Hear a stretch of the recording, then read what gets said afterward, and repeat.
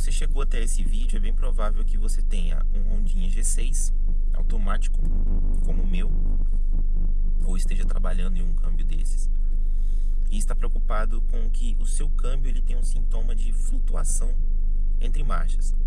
Geralmente, pelo que eu tenho observado nos fóruns, esse é um problema que acontece entre a segunda e a terceira marcha, na maioria das vezes. E era o que acontecia com o meu carro.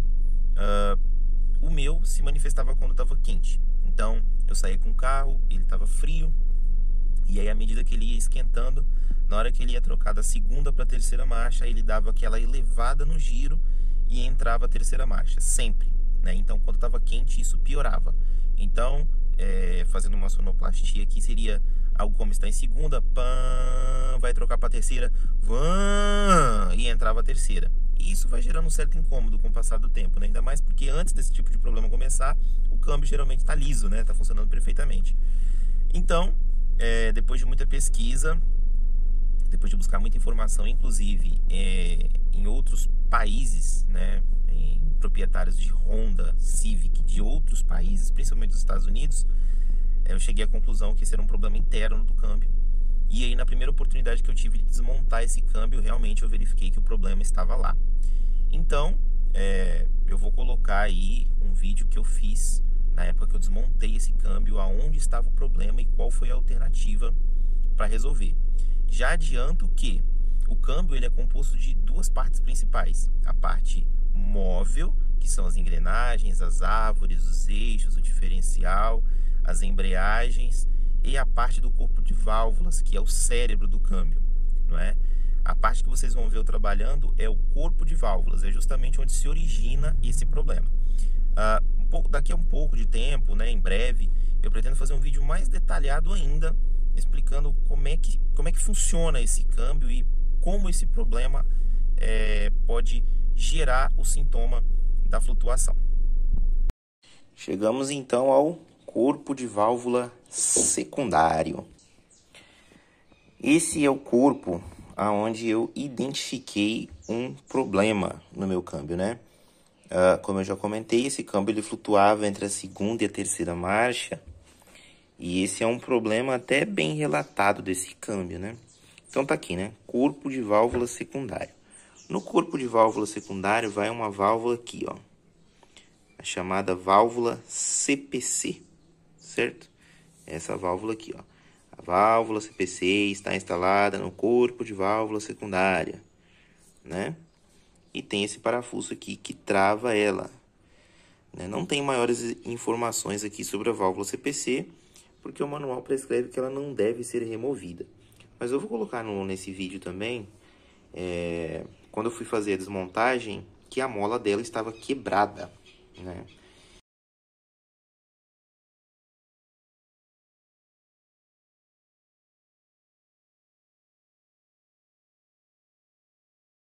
Então a gente vai buscar aí um reparo para isso, né? Essa aqui é a válvula CPC. CPC é controle de pressão de embreagem, só que em inglês, não é? Controle de pressão de embreagem.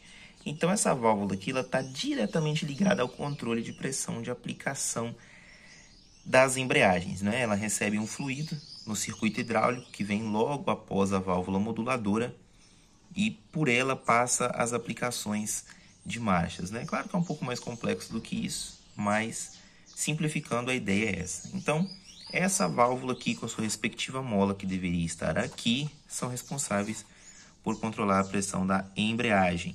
Ela trabalha em conjunto com a solenoide linear, que é aquela...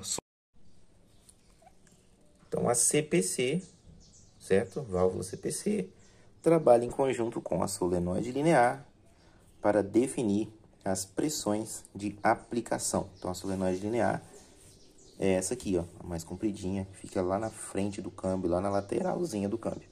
Então, essa solenoide age diretamente em cima dessa válvula, através de sua contrapressão de mola, e através dos demais elementos do circuito hidráulico para fazer controle de pressão de aplicação. Então, a quebra dessa mola é um problema crônico desse câmbio. Tanto que a Sonax desenvolveu essa peça aqui, ó, Sonax número 88894, né? Tá aí, ó, válvula CPC para o câmbio A, B ou M4RA. No caso, isso aqui é uma 4RA. E essa válvula aqui, essa mola, perdão, ela tem um fio de rosca com um diâmetro um pouco maior, né? Então, essa mola aqui tem a promessa de não quebrar mais, né? Mas só que ela tem uma resistência maior, né? Depois a gente vai ter que fazer um processo de calibração dessa mola na hora da gente instalar ela. Então, tá aqui o componente considerado um upgrade para esse câmbio, não é? Aí, ó, made in USA, super complicada de se encontrar aqui no Brasil, não é? Mas encontrei e vou fazer a aplicação então na hora de fazer a montagem do câmbio, né? Se a gente entrar em fóruns gringos e tudo mais, a gente vai ver o seguinte, a gente vai ver que desde a época que esse carro foi lançado, houve muita reclamação por conta da quebra dessa mola, e a Honda nunca fez um recall. Então é um dos poucos pontos de falha que esse câmbio possui, né? Uma vez que ele é bem robusto, tá bom? Então vamos seguindo aí na montagem, né? Seguindo aí nos trabalhos. E ó, mais um detalhe, não existe nenhuma informação acerca da regulagem dessa mola, da regulagem dessa válvula, absolutamente nenhuma informação sobre espessura de mola, sobre regulagem, sobre posição. Então, quando a gente vai trabalhar nesse corpo, a gente tem que prestar muita atenção e anotar a regulagem antes, que não foi o meu caso. Marinheiro de primeira viagem, desmontei sem medir antes. Mas vamos ver aí como é que a gente regula e espero que fique bom. Corpo de válvula limpo, secundário dessa vez, né? Me surpreendeu. As válvulas aqui não estavam presas. Se eu não estou enganado, essa daqui só estava presa. As demais todas bem livres. Então chegou a hora da gente aplicar a mola da válvula CPC reforçada, né? Ou retrabalhada. Então a gente abre aqui a embalagem, né? Ela vem com um manual de instrução, que como ela tem um diâmetro do fio da mola maior, ela tem uma carga maior, né? Então isso precisa ser dimensionado. Então tá aqui o material de instrução e a mola, né? Ela vai aplicada bem aqui, ok? Bem aqui entre o elemento posicionador e a válvula CPC aqui dentro. Chamando atenção para mais um detalhe, ó. Olha ali, ó. Replace the secondary valve body kit, né? Que inclui inclusive a solenoide linear em caso de alguma parte estar danificada. Então, para a Honda, nunca houve substituição dessa mola. A Honda nunca liberou informações de projeto, de regulagem, de nada acerca dessa mola, né? Acerca da regulagem dessa válvula. Então a Sonax foi lá e desenvolveu uma peça para a gente poder subir. Aqui estão as instruções para a aplicação dessa mola, né? Tá sendo dito aqui, né, que a gente deve marcar a posição original, só que o que nos interessa tá aqui, ó. Caso a posição original não tenha sido anotada, use a mola Sonax para 0,195 polegadas. Daqui ele explica que caso tenha sido anotada a posição, você vai utilizar 0,30 polegadas a menos do que a original. Então, suponhamos que a original estava em 0,230 polegadas, a da Sonax você vai colocar com 200, ou seja, 0,30 polegadas a menos. Como eu não anotei, eu vou utilizar esse número aqui, né, esse valor, que vai dar em torno de 5 milímetros aproximadamente de regulagem. E aí, como é que é feita a regulagem? É paquímetro, viu, pessoal? Paquímetro, e a gente vai medir, ó, a distância entre essa borda aqui e o começo do elemento posicionador, tá bom?